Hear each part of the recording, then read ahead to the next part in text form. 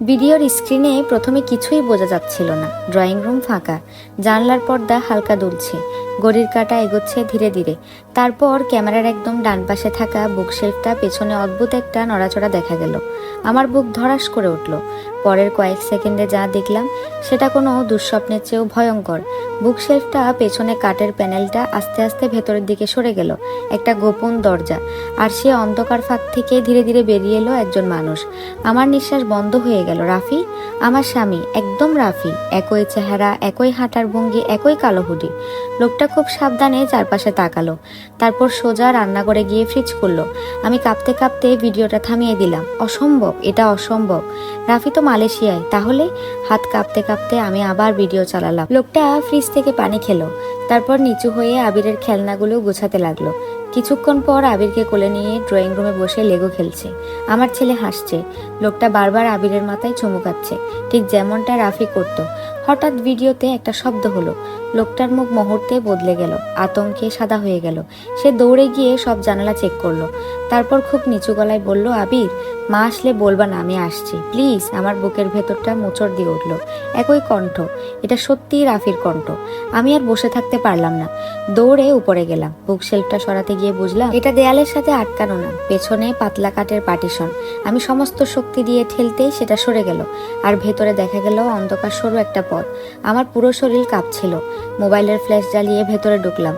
পথটা সোজা গিয়ে মিলেছে দেয়ালের ভেতরে বানানো ছোট্ট একটা ঘরে, আর সেখানে মাটিতে বসে আছে রাফি। আমাকে দেখে ওর চোখ বড় হয়ে গেল। 2 সেকেন্ড, পুরো পৃথিবী যেন থেমে গেল। তারপর আমি ফিসফিস করে বললাম, তুমি? রাফি চোখ ভিজে উঠল। 4 মাস পর নিজের স্বামীকে সামনে পেয়েও আমি এগিয়ে যেতে পারলাম না, কারণ ওর চোখে আমি এমন ভয় দেখেছিলাম যে ভয় একজন মানুষ মৃত্যুর আগে পায়। রাফি কাপা গলায় বলল, আমি জানতাম তুমি একদিন জেনে যাবে। আমি ঠান্ডা গলায় বললাম, মালয়েশিয়ায় কে আছে? রাফি মাথা নিচু করলো। আমার বন্ধু নাইম, দেখতে অনেকটা আমার মতো।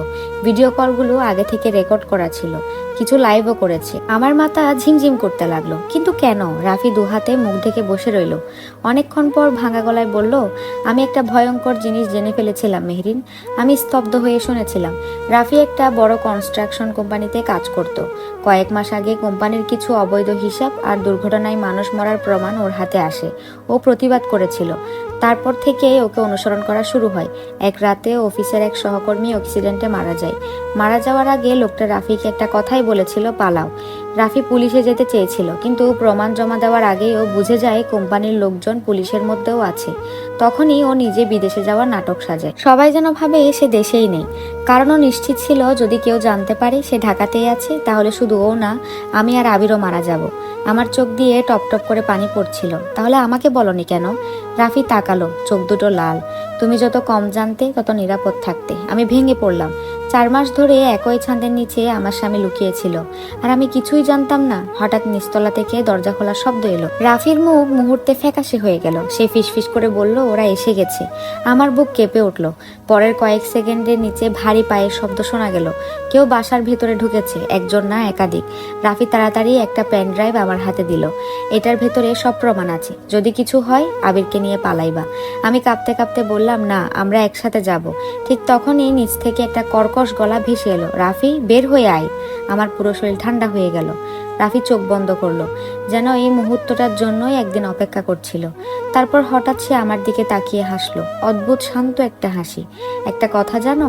আমি কাঁদতে কাঁদতে মাথা নাড়লাম। রাফি বলল, এই 4 মাসে সবচেয়ে কষ্টের ছিল নিজের ছেলেকে কোলে নিয়েও বাবা বলে ডাকতে না পারা। আমার বুক ভেঙে চুরমার হয়ে গেল।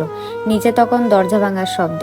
রাফি দ্রুত দেয়ালের ভেতরে অন্য সরু পথটা দেখালো, এই পথ দিয়ে ছাদে যাও, পাশের বিল্ডিংয়ে নামতে পারবা। তুমি? সে কিছু বলল না, শুধু আমার কপালে কপাল ঠেকালো, ঠিক যেভাবে বিয়ের রাতে ঠেকিয়েছিল। তারপর ফিসফিস করে বলল, আবিরকে বলবা বাবা আর ভয় পায় না। আমার গলা দিয়ে কোনো শব্দ বের হলো না।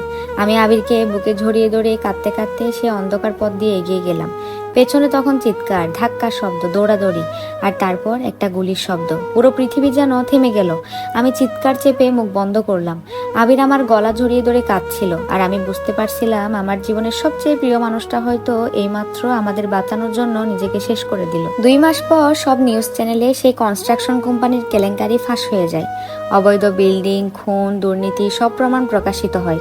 অনেক বড় বড় মানুষ গ্রেফতার হয়, কিন্তু রাফি আর ফিরেনি। পুলিশ শুধু বলেছিল সেদিন রাতে আগুন লাগার পর ঘরের ভেতর থেকে একটা পোড়া লাশ পাওয়া গেছে। আমি কখনো ডিএনএ টেস্ট করাইনি, কারণ আমার এখনো বিশ্বাস রাফি কোথাও না কোথাও বেঁচে আছে।